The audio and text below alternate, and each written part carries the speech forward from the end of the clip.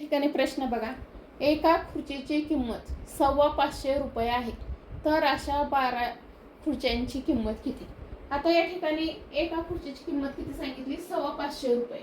आणि किती खुर्च्यांची काढायची? तर 12 खुर्च्यांची किंमत काढायची आपल्याला या ठिकाणी. मग काय करावे लागेल? तर ही संख्या प्रथम काय करूया, आपण अंकात लिहून घेऊया. 550 रुपये म्हणजे किती रुपये?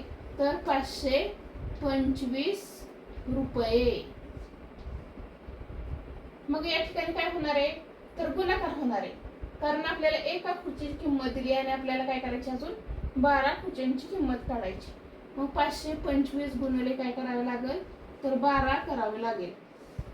12 पंचे 60, हातचे आले 6, 12 24, 24 आणि 6 30, या ठिकाणी हातचे आलं 3, 12 पंचे 60 आणि 3 63, म्हणजे 12 खुर्च्यांची किंमत किती निघाली?